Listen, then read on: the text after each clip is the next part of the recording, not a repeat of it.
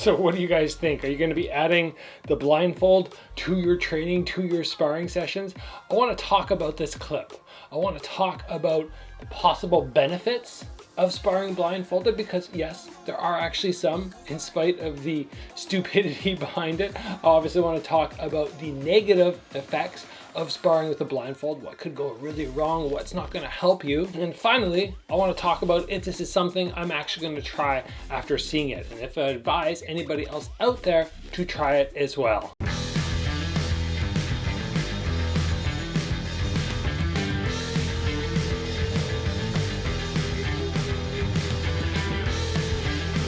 So the clip we are looking at here is not some random amateur guys throwing on some blindfolds, just bombing in punches. This is actually a fight that is coming up on ONE FC. This is a guy who's fighting for a title against somebody I've actually trained with before. Bibiano Fernandez is out of Vancouver, and he is a very high level MMA fighter at ONE FC. He's been the champion over at ONE FC for a very long time. I was fortunate enough to do some training with him when I had my MMA fights coming. Just a wizard on the ground. But anyway, the clip we're looking at is his upcoming opponent, which is just, I think it's this week when they're fighting. And the guy's name is John Lineker.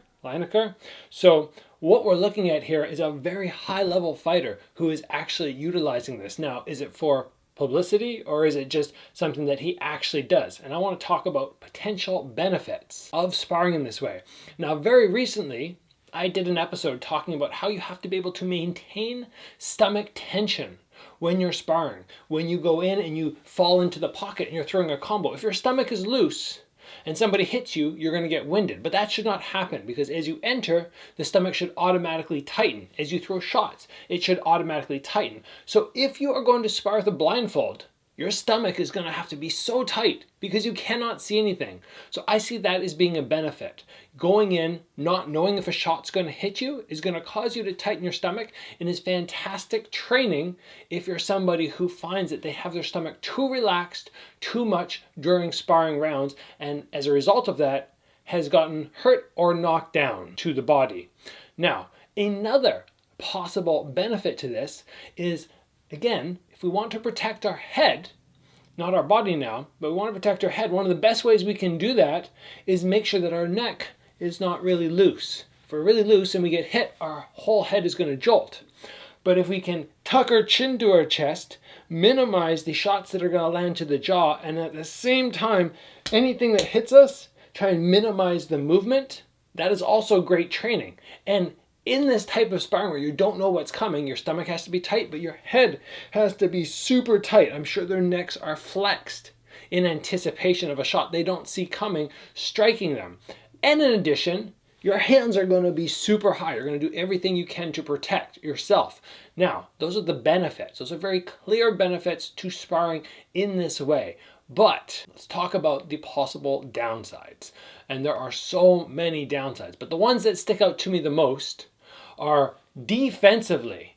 You want to be able to see shots coming. Yes, it's the shots you don't see that hurt you the most, and that's the thing that really bugs me here, is you can't see anything. So yes, you can tighten your stomach, yes, you can tighten your neck, but it's going to be very easy for one of these guys to get clipped, not see the shot, and get concussed, because seeing is everything, and you want to train to be seeing shots, not train to just flex and hope that when you get hit, you're tough enough to take it. Now, aside from just gloves landing, we also have to be worried about a shot missing, not knowing the guy's head was actually there, and clipping it, or just both guys coming in and locking up arms. There are so many things that can go wrong when we cannot actually see with our eyes.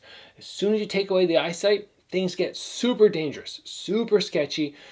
Just in general, when I try and spar, I try and pinpoint something like the forehead as opposed to the jaw or the nose, because I know the jaw might put somebody down. The nose, I don't want to break anybody's nose if I can avoid it. And throughout all my sparring, I have been able to avoid it. I don't break people's nose because I don't target there. But as soon as we put blindfolds on, we're just randomly swinging, and we could really hurt somebody. And that is not what sparring is about. Hurting somebody, it's about learning. So I've listed out some benefits to this type of sparring. I've listed out a few of the negative things on the whole massive list of negative things, But overall, I just want to talk about, would I advise anybody to try this type of sparring? Because people see clips like this. High level guys, maybe you're a 1FC fan and you see a 1FC title challenger doing this and you go, whoa, I have to be doing this too. Because this is exactly what I did in the past. I looked at what the best in the world were doing and I went, if they're doing it, I'm going to try it out. But no, I will not advise, I will never try anybody to spar blindfolded. I think it's a foolish idea. Yes, there are a couple benefits, but those benefits can be trained in other ways, aside from compromising your brain and getting hurt with a shot you didn't see coming because you simply do not have the ability to actually see anything. I think this clip is a great idea, a great representation of what you should absolutely not be doing and how some people go way too far in training and don't put in enough thought process on staying safe. Safety is key. It equals longevity and it equals life after competition. We don't want to finish our competition in our 20s, 30s, maybe even 40s and then go, oh man, the rest of my life I'm just broken and wrecked or have head impact or headaches, whatever else comes with that. So guys, be smart.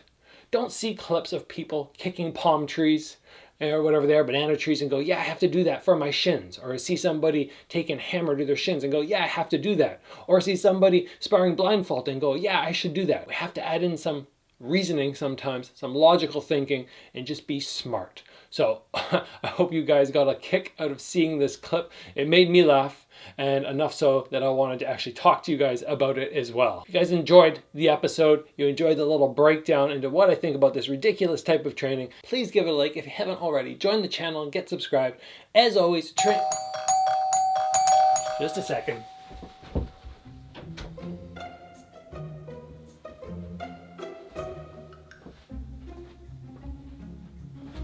I had to get rid of that guy. He's giving you terrible advice. Blindfolds. Blindfolds are the way to go. I've been trying to tell this guy for so long that he's got to get tougher. Like he says at the end of the videos to you guys, train hard. But he doesn't really mean it. This is training hard. This is where champions are made. Like we got this rock at the gym and he's supposed to lay down and let me drop it on his stomach for that ab conditioning. I mean, ab conditioning. You gotta do it.